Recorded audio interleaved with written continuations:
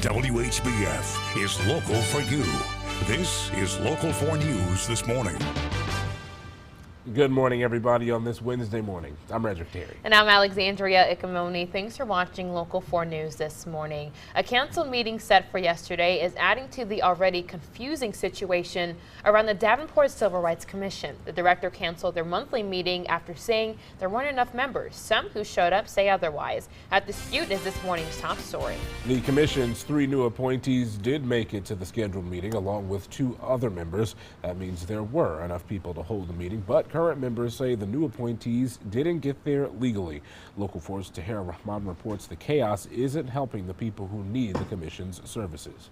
The Davenport Civil Rights Commission meets every second Tuesday of the month here in this room at City Hall. But 2 of the new appointees tell me that they sat at this table only to be told that there was no meeting at all. It's really frustrating. Randy Moore is one of 3 people confirmed to the Davenport Civil Rights Commission in December. We've all, since that point, been trying to fulfill the duties, but every meeting that we've showed up to, we've either been asked to remove ourselves from the meeting or to remove ourselves from the table. When Moore, Lee Gaston, and Patricia Hardaway showed up to this month's meeting, the commission director, Latrice Lacey, had news for them. The statement was lack of a quorum. If the new commissioners are indeed commissioners, which I believe they are, and the council and mayor have asserted repeatedly are, then we would have had a quorum. Lacey tells us she did meet behind closed doors with 2 other commissioners for an administrative meeting. Gaston says the current uncertainty puts any commission meetings and decisions in legal question and is unfair to the people of Davenport. To have the community of people who care about civil rights and protecting the marginalized and the vulnerable divided over something like this, I think, is unfortunate. Dennis Platt says the commission's chaos sends the wrong message to those who need the group most. The big fear is that they'll be discouraged from coming here because it appears so dysfunctional that why would I expose my most vulnerable situation to this nightmare? He and a handful of neighbors came out to attend the now postponed meeting, hoping to see movement toward a solution. If it's a procedural problem, attorneys deal with that. If it's a structural problem, managers deal with that. If it's a political problem, mayors deal with that. And we've got all of that going on here, and the people we count on to lead us aren't here. Director Lacey tells us that the new meeting date hasn't been set yet, but she says she has reached out to council members and the mayor requesting an open discussion regarding the new appointees. She says she hasn't heard back from them yet. In Davenport, Tahira Rahman, Local 4 News.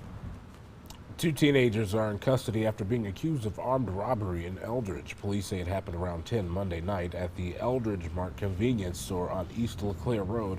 Investigators say the teenagers went into the store with airsoft guns, demanded money, and ran from the scene. Police say they found the guns near the convenience store. They picked up a 15 and 17-year-old yesterday afternoon in Parkview, Iowa.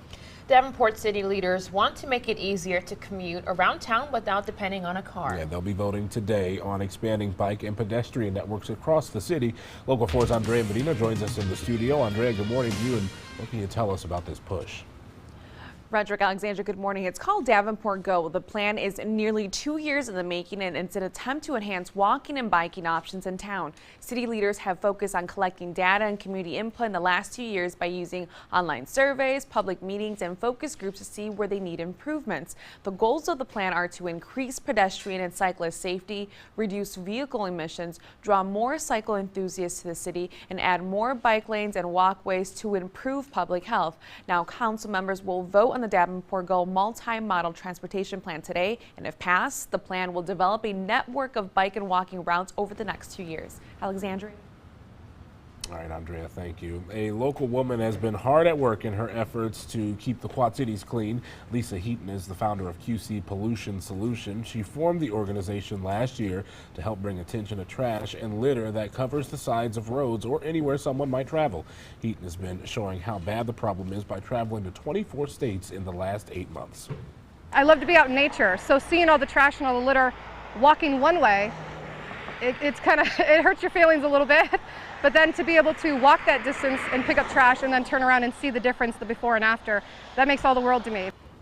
Heaton tells Local 4 News she started this effort after volunteering at the Niabi Zoo and learning about the impact that litter can have on animals and plants. And speaking of cleanup, it's time to start clearing dead leaves from the yard. The city of Rock Island is providing leaf collection starting next Monday through May 3rd. Leaves must be in the approved yard waste bags and put with your normal garbage collection. You can get free leaf bags at various locations in Rock Island.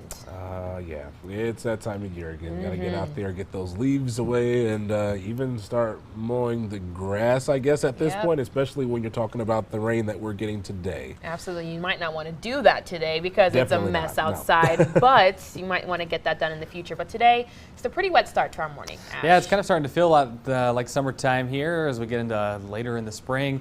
Things will start to grow very quickly. That rainfall this morning going to help with that, but in the meantime, still going to be keeping a very close eye on exactly how much rain we're going to get in the next couple of days, just adding to those already very, very high river levels. In the meantime, we do have moderate to some spots even heavy rainfall here this morning. Very heavy rainfall closer to Cedar Rapids, and it's all coming down like a train, all going over the same area, just bringing some decent rainfall. So you need to just take that umbrella, keep it handy here today. We'll try to clear out by about lunchtime today. Then we'll be mostly dry this afternoon, but it's going to be much colder. We're only at 41 right now. Winds are going to be coming out of the east-northeast for most of the day, carrying with it much colder air that's only going to allow us to get up into the upper 40s. That's a big drop from yesterday. As of right now, much cooler to the northeast and to the southwest, hanging on to some more mild temperatures. We're just waiting right now for that rain to clear out, and then we should all get some of that really cold air with temperatures peaking here in the upper 40s today. Some of us might push 50, but that'll be about it. Winds gusting near about 30, 35 miles per hour today and tonight. Chance for some thunderstorms tonight, but for the most part, we're really going to look at a mild night before thunderstorms become more likely tomorrow.